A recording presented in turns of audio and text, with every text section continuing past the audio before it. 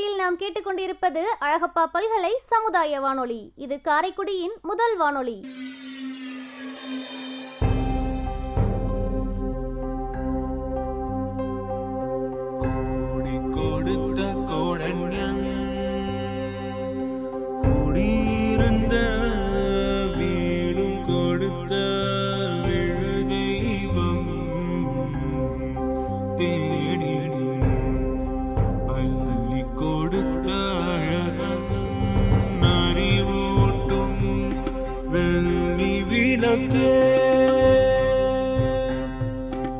அறிவூட்டும் வெள்ளி விளக்கே,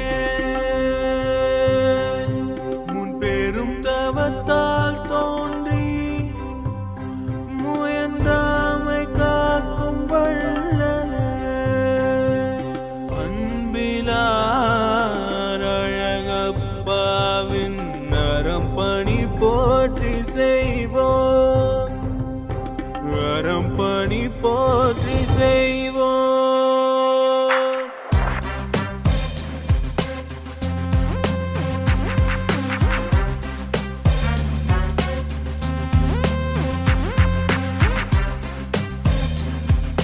இந்திய அரசு அறிவியல் தொழில்நுட்பத்துறையின் விக்யான் பிரசார் மற்றும் காரைக்குடி அழகப்பா பல்கலைக்கழகம் இணைந்து வழங்கும் அறிவியல் பாலம் புதிய தொடர் நிகழ்ச்சி அனுபவ திட்டத்தின் பரவலாக்கம். ஆக்கம் ஊக்கம் வழிகாட்டல் டாக்டர் ஆர் ஸ்ரீதர். வடிவமைப்பு செயலாக்கம் காரைக்குடி அழகப்பா பல்கலைக்கழகத்தின் சமூக பணித்துறையின் துறை தலைவர் மற்றும் பேராசிரியர் KR முருகன் அவர்கள். நிகழ்ச்சி ஒருங்கிணைப்பு சமுதாய வானொலி இயக்குனர் டாக்டர் S ராஜாராம். தயாரிப்பு குழு RJ Kamakshi, PL Kaveri Maniyan, S Rosi, M Dhanalakshmi. Alagappa பல்கலை சமுதாய வானொலியில் அனுபவம் நிகழ்ச்சியை கேட்டு ரசிக்கும் நேயர்களுக்கு அன்பான வணக்கங்கள். இன்று நம்மோடு அறிவியல் ஆளுமை காரைக்குடி அழகப்பா பல்கலைக்கழகத்தின் கணிதத்துறையின் தலைவர் மற்றும் பேராசிரியர் N அன்பழகன் அவர்கள் நம்மிடையே நேர்காணலில் இணைகிறார். நேயர்கள் தொடர்ந்து கேட்டுக்கொண்டிருப்பது நேர்காணலின் 2ஆம் பகுதி.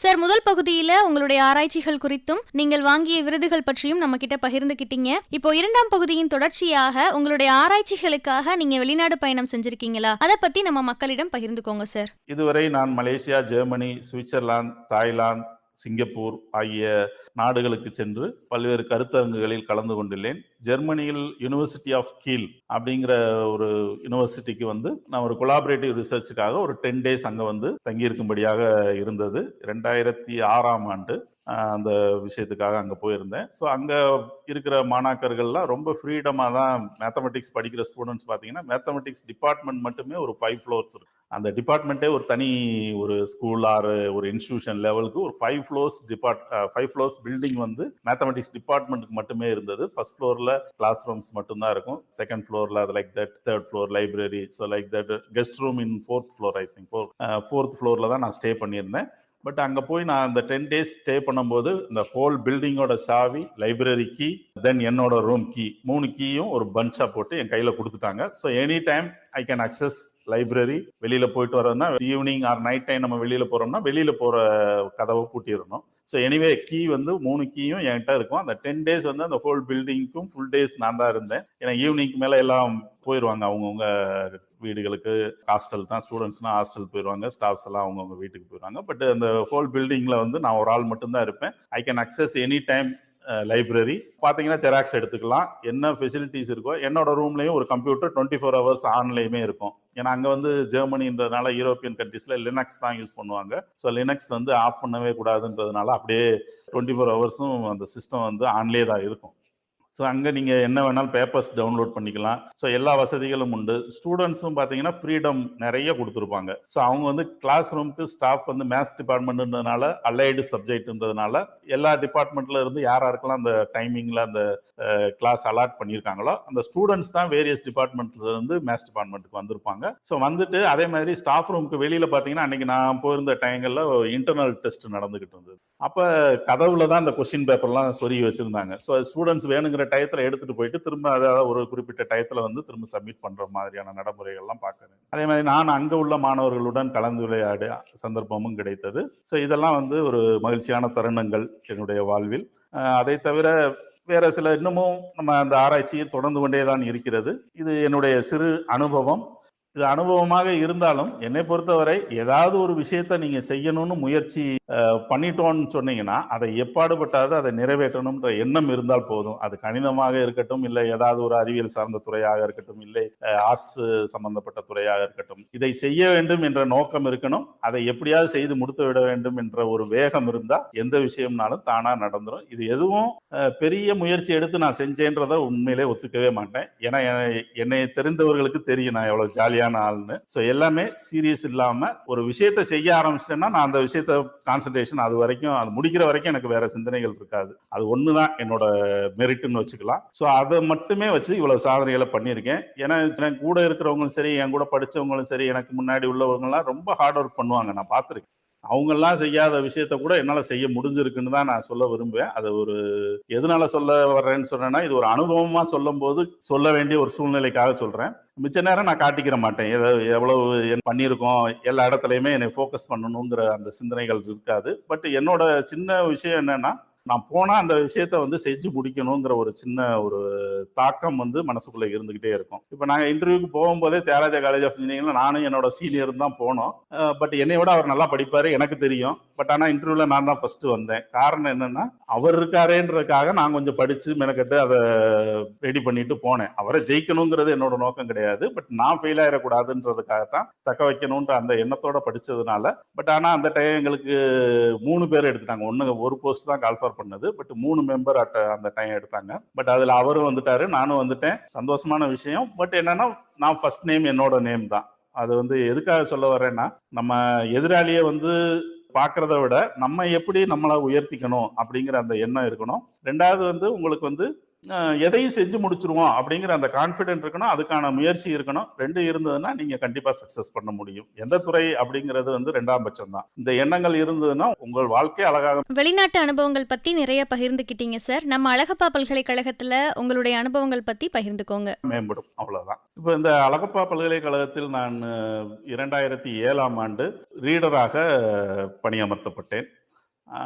அன்றிலிருந்து இப்போ அப்போ உள்ள நான் ரீடர் அப்படிங்கிறதுனால எனக்கு மேலே சீனியர்ஸ் ஒரு 2-3 பேர் இருப்பாங்க. எடுத்த உடனே நானும் பெருசாக எதுவும் செஞ்சிட முடியாது. பட் இருந்தாலும் எனக்கு 2009ஆம் ஆண்டு ஒரு மிகச்சிறந்த வாய்ப்பாக ஒரு இன்டர்நேஷனல் கான்ஃபரன்ஸ், பன்னாட்டு கருத்தரங்கம் நடத்தக்கூடிய, அதில் ஒரு ஆர்கனைசிங் செக்ரட்டரி ஆகக்கூடிய ஒரு வாய்ப்பு கிடைச்சது. அதை நான் சிறப்பாக செஞ்சு முடித்தேன்.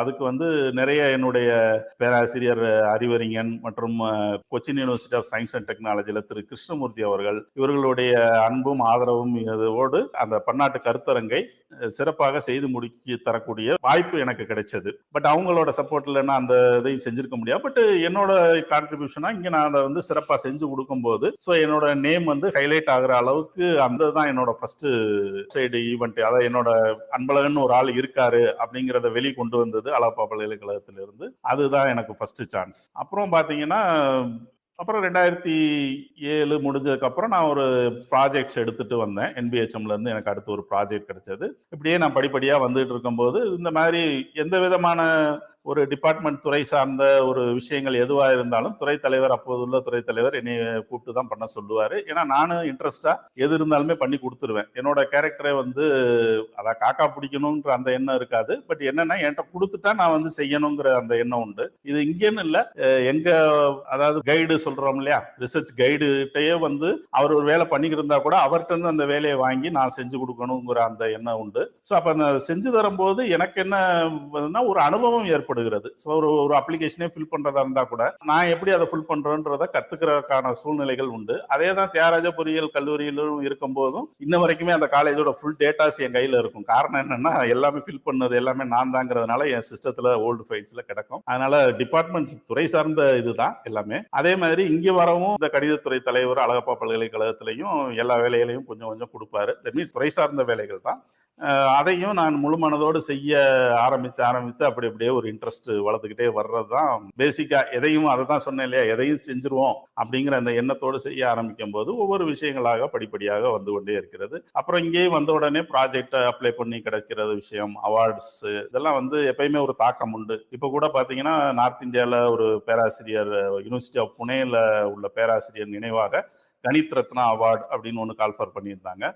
அதை வந்து அப்ளை பண்ணியிருக்கேன். கிடைக்குமா கிடைக்காதான்னு தெரியாது. பட் இந்த மாதிரி ஏதாவது இருந்ததுன்னா ஒரு கான்ஃபிடென்ட் வந்துடும், ஒரு சந்தோஷம் வந்துடும். உடனடியாக நான் அப்ளை பண்ண ஆரம்பிச்சிருவேன். இந்த மாதிரியாக அழகப்பா பல்கலைக்கழகத்திலும் என்னோட பணி இன்னும் தொடர்ந்து கொண்டுதான் இருக்கிறது. ஸோ அதன் காரணமாக விரைவாகவே துறை தலைவர் ஆகும் ஒரு வாய்ப்பும் எனக்கு கிடைத்தது. துறை தலைவர் ஆன பின்னாடியும் நம்ம துறைக்கு ஏதாவது செய்ய வேண்டும் என்ற எண்ணத்தோடு பல்கலைக்கழக மானிய குழுவின் யூஜிசி சாப் ஸ்பெஷல் அசிஸ்டன்ஸ் ப்ரோக்ராம் சொல்லுவாங்க, அதன் மூலமாக 62 லட்சம் ரூபாய் 2016ஆம் ஆண்டு துறையின் வளர்ச்சிக்காக நான் வாங்கி கொடுத்திருக்கிறேன். அதை தவிர அடுத்து 2018ஆம் ஆண்டு நடந்த ஒரு FIST DST department of science and டெக்னாலஜில இருந்து ஃபிஸ்ட் லேப் டெவலப்மெண்ட்டுக்காக கொடுப்பாங்க. அந்த ஸ்கீம் வழியாகவும் ஒரு 52 லட்சம் ரூபாயை இந்த துறைக்காக பெற்று தந்திருக்கிறேன். ஸோ இதெல்லாம் வந்து இங்கே வந்ததுக்கு அப்புறம் அழகப்பா பல்கலைக்கழகத்தில் நானும் வளர்ந்ததோடு மட்டுமல்லாமல் துறையையும் வளர்ப்பதற்கான சில விஷயங்களையும் நாங்கள் பண்ணிட்டு தான். ரொம்ப சிறப்பாக சொன்னீங்க சார். உங்களுடைய அனுபவங்கள்ல நீங்கள் செய்த சேவைகள் குறித்தும் நிறைய பகிர்ந்துக்கிட்டீங்க. அடுத்து வரக்கூடிய இளம் கணிதவியலாளர்களுக்கு நீங்க சொல்லக்கூடிய அறிவுரை என்ன சார்? அதை பத்தி பகிர்ந்துக்கோங்க. பொதுவாக யங் மேத்தமெட்டிக்ஸியன்ஸ் வந்து அதாவது 12th படிக்கும் போது எல்லாருக்கும் உண்டான பயம்தான். அதை வந்து எப்படி நம்ம வந்து அதை தவிர்க்கணுமே தவிர படிச்சுட்டோம்னா ஆக்சுவலாக எதுவுமே ஈஸி தான். இப்போ நானுமே 12th படிக்கும் போது அதே பயம் இருந்து சொல்ல முடியாது. பட் என்ன படித்தாலும் அது வந்து புரியாத மாதிரி, மார்க் எடுக்க முடியாத மாதிரியே தான் ஒரு ஃபீலிங் இருக்கும். பயம்ங்கிறத விட நமக்கு அதை எந்த விதத்தில் கையாளுறது அப்படிங்கிற விஷயங்கள் தெரியாமலே வாழ்ந்தோம். இன்னமும் அப்படியே தான் போயிட்டு இருக்கு. காரணம் என்னன்னா, அதை நம்ம சொல்லி தரும்போது நிறைய விஷயங்கள் அதுக்கு ஃபண்டமெண்டலா சொல்லித்தர வேண்டிய ஒரு சூழ்நிலை. பட் இப்போ உள்ள சூழ்நிலைக்கு யாரையும் குறையும் சொல்ல முடியாது. ஏன்னா ஆசிரியர்களுக்கு அவர்கள் பாடத்திட்டத்தை முடிக்க வேண்டும், மாணவர்களுக்கு எப்படியாவது மதிப்பெண் எடுத்தால் போதுங்கிற எண்ணம். ஸோ இவங்க 2 பேரும் சேர்ந்து அந்த கணிதத்தை வந்து கத்துக்கொள்ளணுங்கிறதுக்கான டயத்தை வந்து ஒதுக்கவே முடியாது. ஸோ அது அப்படிதான் போகும். பட் என்னன்னா, பயப்படாம நம்ம பாட்டு படிச்சுட்டு போயிட்டே இருக்க வேண்டியதுதான். அவ்வளவுதான் நான் சொல்ல விரும்புறேன். ஏன்னா அதை நம்ம முறைப்படி செய்யணும்னு சொன்னா நடைமுறைக்கு ஒத்து வராத விஷயம்தான். ஏன்னா அதுக்கான அவ்வளவு நேரம் ஸ்பெண்ட் பண்ணா தான் ஒரு சின்ன விஷயத்த நம்மளால அண்டர்ஸ்டாண்ட் பண்ண முடியும். இப்போ 2வது பாத்தீங்கன்னா, இப்போ நம்ம பிஎஸ்சி படிக்கும் போது பாத்தீங்கன்னா ஒவ்வொரு சப்ஜெக்டும் ஒரு செமஸ்டருக்கு ஒரு டாபிக் பேசிக்ல இருந்து ஆரம்பிச்சு ஹையஸ்ட் லெவல் வரைக்கும் கொண்டு வரோம். பட் 12th அப்படி கிடையாது. எடுத்த உடனே அவன் ஒரு சாப்டர் முடிச்சோடனே அடுத்த சாப்டர் அதுக்கு சம்பந்தமே இல்லாம ஒரு அடுத்தடுத்த சாப்டர்கள் அப்படிதான் வந்துகிட்டு இருக்கு. ஸோ என்னன்னா, பயப்படாம நம்ம படிச்சுட்டு தெரிஞ்ச என்ன வேலை அதை கொண்டு வர முடியும் அப்படிங்கிற அந்த எண்ணத்தை மட்டும் நீங்க ஒரு ஓன் வேலை அவங்களுக்கு எப்படி பிடிக்குதோ அந்த வகையான ஒரு ஷார்ட்கட் மெத்தடை மைண்ட்ல வச்சுக்கிட்டீங்கன்னா சிறப்பா வந்து 12ஆம் வகுப்பு கணிதத்தையும் வெல்லலாம். ஒன்றும் தவறு கிடையாது. எல்லாத்துக்கும் அதே பாயிண்ட் தான். நான் கடைசியா முடிக்கிற மாதிரி ஒரு சில கீ பாயிண்ட் சொன்னேன் இல்லையா? ஸோ இதை நான் செய்யணும்னு நினைச்சிட்டேன், இதை எப்படியாவது செஞ்சாகணும், நான் 100 மார்க் எடுக்கணும் அப்படின்ற முடிவு கூட போங்க, அழகா 90க்கு மேல எடுத்துடலாம். ஒன்றும் பெரிய விஷயம் கிடையாது. ஒரு சின்ன சின்ன விஷயம் தான் நடக்கும். என்னன்னா, அவசரப்பட்டு இப்போ ஒரு சீக்வன்ஸே கொடுத்துருக்காங்கன்னா அவசரப்பட்டு டக்குன்னு எழுதிடக்கூடாது. ஒரு செக்கிங் பாயிண்ட் இருக்கு. ஏன்னா கணிதத்தை பொறுத்தவரை கிடைச்சா ஃபுல் மார்க், இல்லைன்னா 0 மார்க்ன்ற லெவல்ல தான் இருக்கும். மிச்ச சப்ஜெக்ட்லாம் அப்படி கிடையாது. நீங்க ஏதாவது எழுதிருந்தீங்கன்னா ஓரளவு டச்சப் பண்ணி எழுதிருக்கீங்க அப்படின்ற சென்ஸ்ல மார்க் ஏதாவது ஒரு 10 மார்க் மதிப்பெண்ணுக்கு ஒரு 6 7 இல்ல 10 கூட கிடைக்கலாம். பட் கணிதத்தை பொறுத்தவரையில போட்டா 10 இல்லைன்னா 0ங்கிற லெவல்ல கொண்டு வரதுனாலதான் அது மேல ஒரு பயம் வருது. நம்ம ஏன் 10 வாங்கணும் அப்படிங்கிற எண்ணத்தோட எல்லா வேலையும் செஞ்சீங்கன்னா கண்டிப்பா சிறப்பா வரலாம். இதுவரை என்னுடைய அனுபவத்தை கேட்ட அனைவருக்கும் நன்றி கூறி விடைபெறுகின்றேன். நன்றி. ரொம்ப நன்றி சார். இவ்வளவு நேரம் நம்ம அழகப்பா பல்கலை சமுதாய வானொலியின் வாயிலாக அனுபவம் நிகழ்ச்சியில காரைக்குடி அழகப்பா பல்கலைக்கழகத்தின் கணிதவியல் துறையின் தலைவர் மற்றும் பேராசிரியர் என் அன்பழகன் ஐயா அவர்கள் பேசிய நேர்காணலை நம்ம கேட்டு ரசிச்சோம். இந்த நிகழ்ச்சி இத்துடன் நிறைவடைந்தது. இந்த நிகழ்ச்சி பற்றிய கருத்துக்கள் வரவேற்கப்படுகின்றன. கருத்துக்கள் அனுப்ப வேண்டிய மின்னஞ்சல் முகவரி comradio@alagappauniversity.ac.in. நன்றி நேயர்களே.